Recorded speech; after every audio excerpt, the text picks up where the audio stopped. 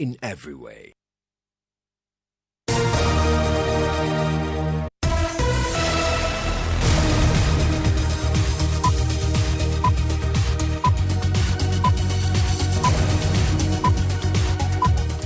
It's 30 years of joyfulness. Hello, good afternoon and welcome to the Midday News. This bulletin is live on Joy 99.7 FM and Hits 103.9 FM here in Accra.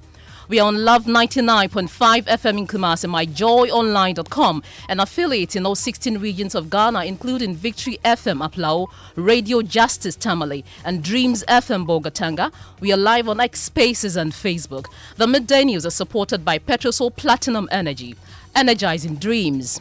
Coming up, a month after the deadline for the Z9 helicopter crash investigation expired, the government says investigators need more time to complete their work on the tragedy that claimed 8 lives, including defense and environment ministers.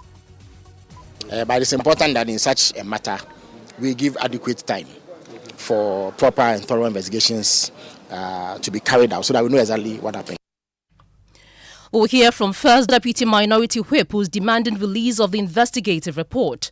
Also coming up, Attorney General under fresh fire from the minority who accuse him of gross abuse of the rights of suspects and undermining the authority of the court in his public address on ongoing criminal cases against ex-government officials. I want them to know that their place is in the court. But they also owe us a duty to update us, be transparent. Oh, please. In what you're doing. Please. When they are updating you and undermining the authority of the court. We have details as Minority Leader Afenyo Markin takes on Acting Chief Justice Bafu Boni, accusing him of deliberately delaying the hearing of Justice Gertrude Tokonu's appeal against her removal for his personal benefit. They should know that now it is they, the courts, that are undermining the very rule of law. Because how exactly? There's a substantive matter that touches on the law. You could use the same haste.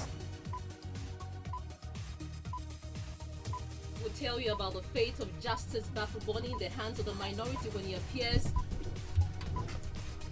And we'll tell you about the fate of Justice Bafu Boni in the hands of the minority when he appears before Parliament for vetting. In sports, all is set at the Accra Sports Stadium as Ghana's Black Queens wrap up preparations for the WAFCON qualifier against Egypt. Details of that coming up shortly. Also in this bulletin, Ghana has turned a decisive corner. That's according to the governor of the Bank of Ghana, who cites the cedi's recent appreciation, declining inflation and growing reserves as clear signs of economic recovery as the country marks 60 years of the local currency. The evidence is compelling. Headline inflation is now at 9.4%. The cedi has appreciated by 37% as at October 17. And according to the World Bank, it is the best performing currency in sub-Saharan Africa. Plus, did you know you can be jailed for refusing to accept any denomination of the Ghana cedi? We'll bring you details of these stories and more. This is Joy News, independent, fearless and credible. I am Pearl Ofori.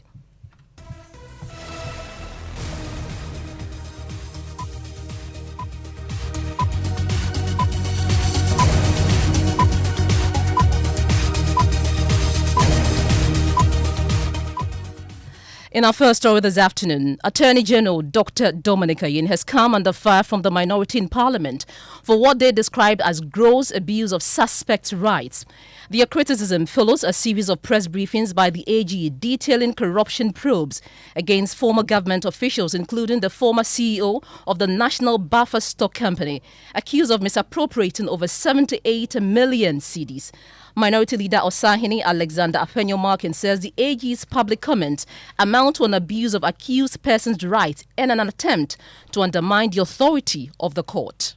Since they assumed office, apart from the PR, when they are hot, they only come and then announce a so-called corruption, they are investigating somebody. That's their playbook now. Anytime government is under pressure, Attorney General would do a press conference. Attorney General's place is in the court. My respected friend, the MP, who is an Attorney General and his deputy, I want them to know that their place is in the court. But they also owe us a duty to update us, be transparent. Oh, please. In what you're doing. Please. When they are updating you and undermining the authority of the court and disrespecting the rights of people, pronouncing guilty even before going to court, perhaps they are waiting for Bafu Boni to become a Chief Justice so that They control the court, which I'm finding, I wonder how they are going to achieve. You're suggesting that if Bafuboni becomes the CJ, well, they've said so. They've said so. At least we hear them saying that they want their CJ and then they can have their preferred judges. That's what they are saying. But we wait to see. We wait to see.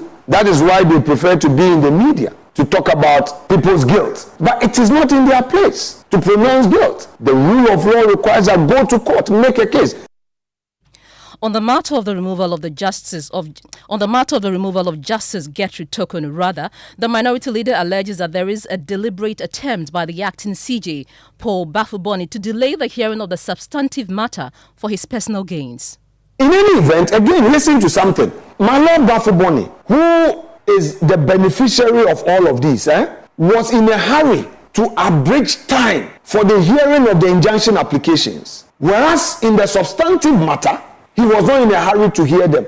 Did you see what the Attorney General filed? Now asking for extension of time. Meanwhile, there is a nomination before Parliament for Parliament to vet and approve. And then you have a case at the Supreme Court. And I'm making this appeal to all the judges at the Supreme Court that they should know that now it is they, the courts, that are undermining the very rule of law. Because how exactly? One of your colleagues, a matter is before you. You know that it affects her rights. You were in a hurry to hear the injunction applications and you determine it. There's a substantive matter that touches on the law. You could use the same haste to determine it. Why are they still in abeyance? Why is the Attorney General refusing to file the necessary processes and is now asking for extension of time? In the ECOWAS court, processes that were filed, the AG has still not filed a response. Why?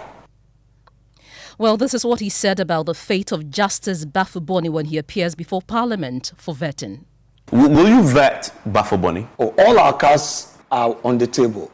We'll get there. Including not vetting him and boycotting the vetting. Because you are the ranking on that. You are the boycotting is vice out. chair. Boycotting is out. So categorically, you will not boycott We will not boycott it. Anybody who is expecting us to boycott, I say here and now, we will never boycott it. So what will you do instead? We will do what is right. He himself must know that there is a Chief Justice. He himself must know.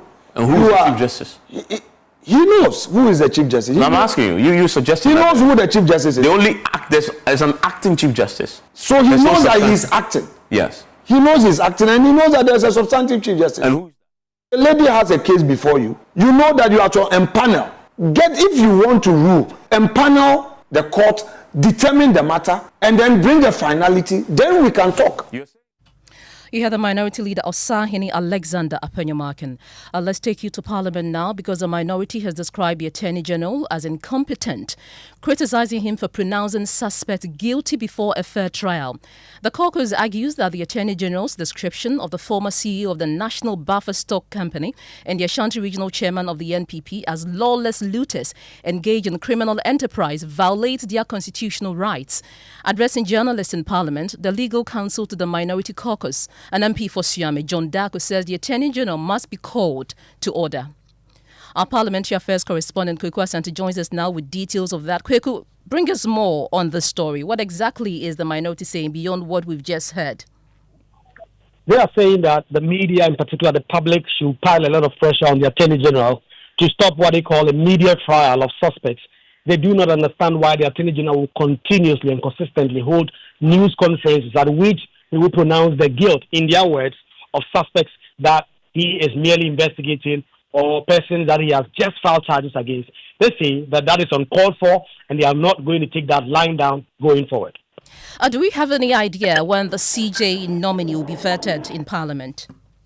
So we know that the major thing Parliament did last week when it came back was the referral of that letter from the President nominating Bafuboni to be the next Chief Justice. We understand, and I can confirm that last week, the appointment committee did meet on this matter and they are firming up a date for that. The tentative date is 10th November, and so we expect that if nothing changes, next month on the 10th, Bafuboni will have his day before the appointment committee of Parliament. The minority had earlier on indicated that they were keeping all cards on the table when it comes to Bafuboni. But yesterday, as we've just played, the minority is clear they are not going to boycott, they are going to attend that vetting, and they are going to ask a very critical question of the CJ nominee. And quickly, what else is happening in Parliament today? Well, the Speaker of Parliament is back in town. We expect that he provides some clarity and some guidance on the controversial anti-LGBTQ bill. We know that last week it was advertised on the order paper. The next day it had been surreptitiously removed, and the minority have been demanding some answers. At the time, the majority leader offered explanation that the Speaker of Parliament gave specific directions on that. Today, the Speaker of Parliament, who had traveled, is back in the country. In fact, he's in Parliament as we speak. So when proceedings starts at 2, one of the expectations that the minority will raise this issue again for the Speaker to provide some guidance and answers on this. Quick Wasanti, our Parliamentary Affairs correspondent, thank you so much for that update. This afternoon, government says investigators probing the Z9 helicopter crash need more time to finalize their work. The committee chaired by the National Security Coordinator was given 30 days to present a report detailing the cause of the crash. While a month after that deadline elapsed, there has not been any update on the probe, forcing the first Deputy Minority Whip to file a right information request demanding that government makes the findings of the committee public. We'll hear from him shortly and also bring you government's response. FEX Maxwell Akloboto with the Joy News research team takes a look at the timeline since the crash happened and filed this report.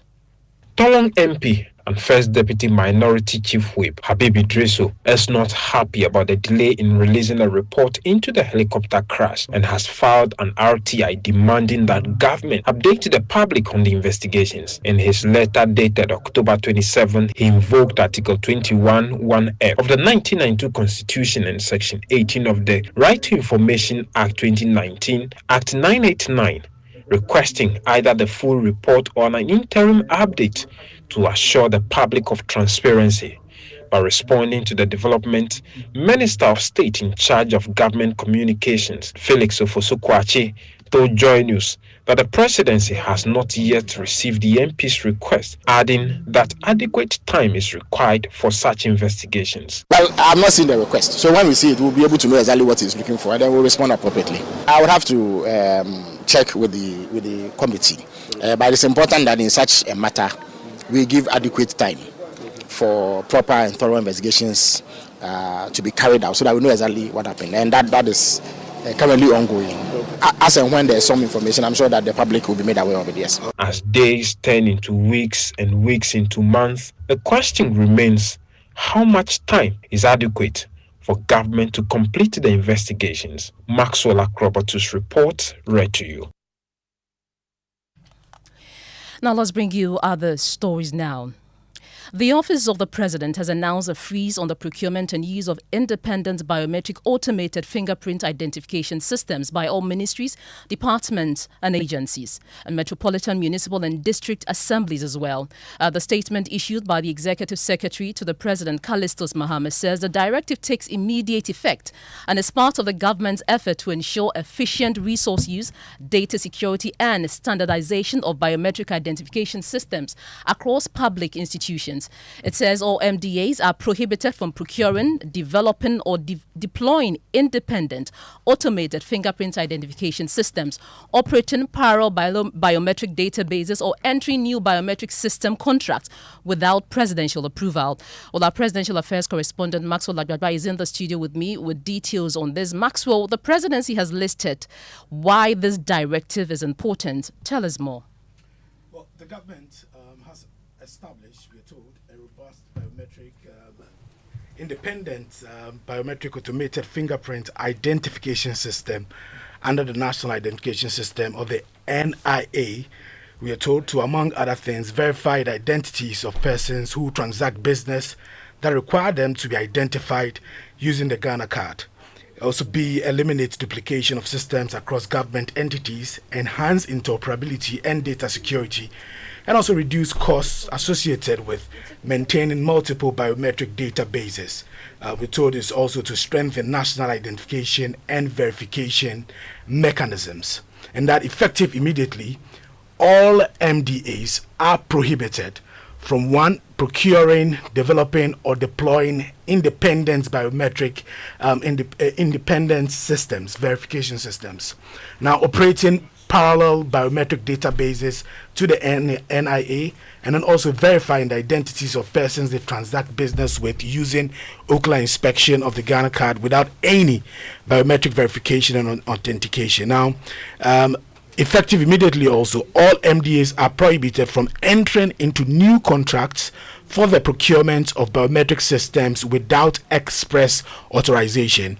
We are told that any MDA or MMDA requiring a specialized biometric system due to its unique operational needs must submit a justification to the Office of the President and obtain written approval from the Presidency. Any non-compliant procurement shall be deemed illegal and a blatant disregard of this directive. It concludes by saying the MDA is currently operating independent biometrics. AFIS must take steps to integrate them with the National Identification System of the NIA not later than 6 months from the date of this directive, and the NIA shall provide the necessary technical support to MDAs to facilitate data harmonization and integration into the National Identity Register and the Identity Verification System platform of the NIA. Presidential Affairs Correspondent Maxwell Agbaba, thank you so much. Now, 60 years ago, in July 1965, Ghana introduced the cedi to replace the British pound and shilling, marking a defining moment in its post-independence identity and economic sovereignty. Well, 6 decades on, the cedi has evolved through 4 currency changes, 5 major devaluations, and 1 redenomination, reflecting the country's long battle with inflation, fiscal indiscipline, and currency instability. However, the governor of the Bank of Ghana, Dr. Johnson Nesiama, at the cedi at 60 celebration, says the country has turned a decisive corner after years of turbulence, citing recent economic gains in macroeconomic indicators. We'll hear from him shortly, but first, let's take a look at the journey of the Ghana cedi over the last 6 decades in the following report. Money, they say, makes the world go round, but it also tells a story of independence, leadership, and identity. Today, I take a step back in time to explore the people behind our cedi. I have come to meet Miodoy Glover, General Manager at the Artists Alliance Gallery. He'll be walking me through the evolution of Ghana's currency. So we have most of the old currencies as far as that of the pound to the present stage. We have that of the pound here. Immediately, we took over from the British. We changed to the Ghana cedi, which has Kwame Nkrumah's head on it. This money was used whilst Kwame Nkrumah was in power. But Nkrumah's presence on our currency was short-lived. After his overthrow in 1966, his image was removed, reflecting political shifts and historical rewriting. We started moving into other currencies. Ghanaian currency has since become a canvas for honoring national heroes. The 50 pesos coin celebrates Rebecca Nadede Aite, a businesswoman and activist who helped finance Ghana's independence. She was an entrepreneur. Then she was popularly known for selling flour, for baking bread. Okay. She helped in the fight for the independence. Very necessary. We can't do away without our women. Yeah. Our women are very important in all parts of our life. Beyond individuals, Ghana's banknotes also highlight national landmarks and industries. The Larabanga Mosque, cocoa farms, and the Akosomo Dam all appear on different denominations, symbolizing our heritage and economy.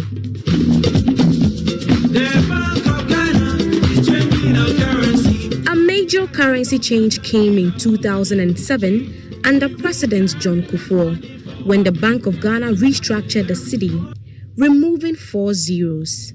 The 10,000 cedi note became today's 1 cedi. Through every redesign, Ghana's currency has remained a reflection of its history, struggles, and triumphs. But one thing remains constant. It is simply the cedi, not the Ghana cedi. Well, the governor of the Bank of Ghana says through painful but necessary policies under President John Dramani Mahama, the cedi is performing well. Excellency John Dramani Mahama and Her Excellency the Vice President, and through coordinated, difficult, but necessary policy actions, I'm happy to say that Ghana has turned a decisive corner. And indeed, the evidence is compelling.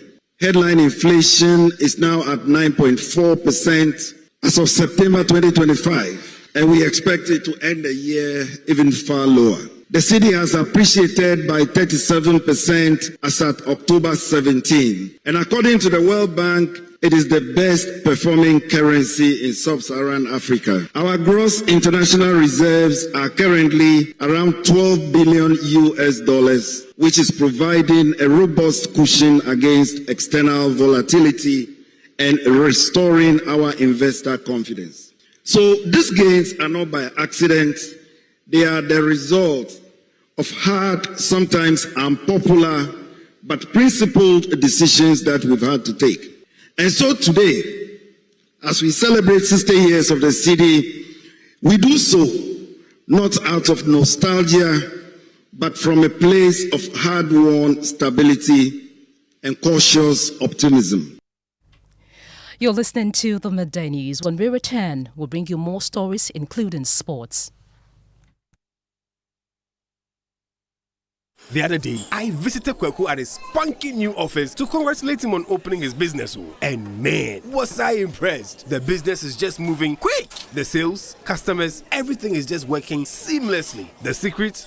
He said, it's MTN Business Broadband. In this fast-paced environment, we need fast and reliable internet to support all business types. No laggy online meetings, great download and upload speeds, impeccable business management systems, all inclusive. I mean, you can have it all. Sharp! I signed on immediately.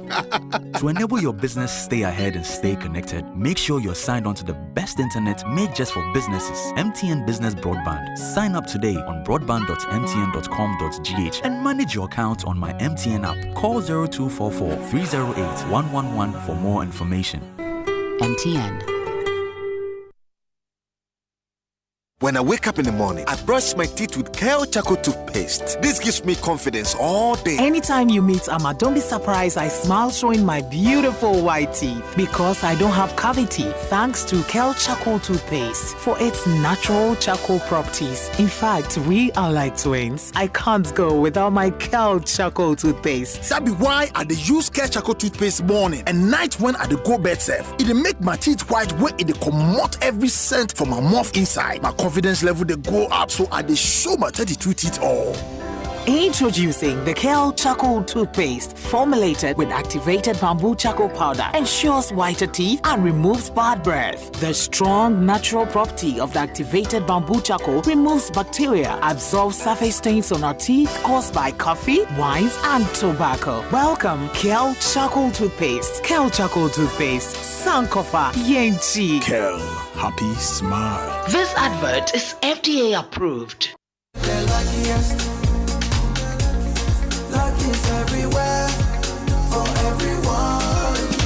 This year is going to be sweet. I don't just feel it, I know it, because the Luckiest Season 3 is back.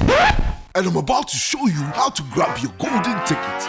Just dial *712# and follow the prompts to purchase your ticket. Or go to theluckiestafrica.com, hit community tickets, and pick your lucky number. Or let the system do its magic. Choose how much you want to spend from 1 to 5,000 Ghana cedis. You can even buy a ticket for someone else. Be someone's hero. Payment? Easy. Mobile money in Ghana or card if you're international. One ticket can turn one cedi into 500 times more. That's maths we love. Or your community go win 10 times more. So let's get lucky together because luck is everywhere. You're welcome back to the Midday News. Thanks for staying with us. Next is Sported. Mubarak is in the studio. What do we have, Mubarak? Yeah, all is set at the Accra Sports Stadium as Ghana's Black Queens take on Egypt at 3:30 p.m. in the second leg of the 2026 Women's AFCON qualifiers. The Queens have called off their boycott over unpaid bonuses and are fully focused on the task ahead. Ghana carry a 3-0 first leg advantage and are confident of sealing qualification on home soil. Here's their head coach Kim Las Bjorkigren. Happy to be back on the pitch here, and of course to do the final preparation for an important game against Egypt. We have put ourselves in a good situation, of course, with the 3-0 win, just like halftime. So we need to finish and close this door now. But this is our home game, and we want to win in the front of our fans. So we want to do everything we can to win the second game as well. Yeah, that's the head coach of the Black Queens, Kim Lasbjørkegren. Thank you very much, Mubarak, for bringing us the latest in the world of sports. Now, Ghana's housing crisis is deepening even as more than 1.3 million dwelling units across the country remain unoccupied. Housing data tracked by Journey's research reveal that nearly 15% of all dwelling units in the Greater Accra region are empty, despite a national housing deficit that is fast approaching 2 million units. This contradiction is fueling growing concerns about accountability, property speculation, and possible money laundering in Ghana's real estate market. Lead data and research analyst here at Joy News, Isaac Ofori, is in the studio with me with details. Isaac, how is the national picture looking in terms of empty dwelling units and Ghana's housing deficit? Well, so at the moment, we have 10 million housing units or dwelling units available across all 16 regions, and unfortunately 1.3 million of them are empty, whilst the country's housing deficit nears 2 million. In fact, this is the reason why the EcoBank Joy News Habitat Fair is very, very important. On the national level, if you come to the capital, you have about 15% of all dwelling units available empty, whilst people still struggle to afford homes and even get a chance to stay in one. Isaac Ofori, lead research analyst at Joy News, thank you so much. Now, you're warned if you're one of those refusing to accept some denominations of the country's currency, the cedi. Lawyers say it is an illegal act and offenders risk up to 3 years in jail. Jemima Ando explores in this feature the fading value of Ghana's coins as some sections of the public are rejecting 10 and 20 pesos as a mode of transaction. Her report read to you. Fazia Ibrahim sells spoons at the Kingsway Market.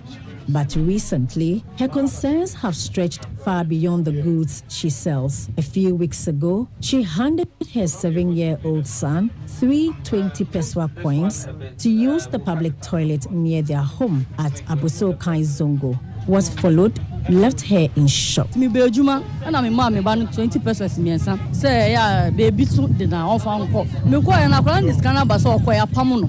the government said we shouldn't use the 5, 10 and 20 pesos anymore? Even customers now reject them as change. At the Kwame Nkrumah Circle, Mavis Kwanda has been selling coins for nearly a decade. Now, many reject them. They are no longer accepted. The government hasn't said that, and it feels unfair.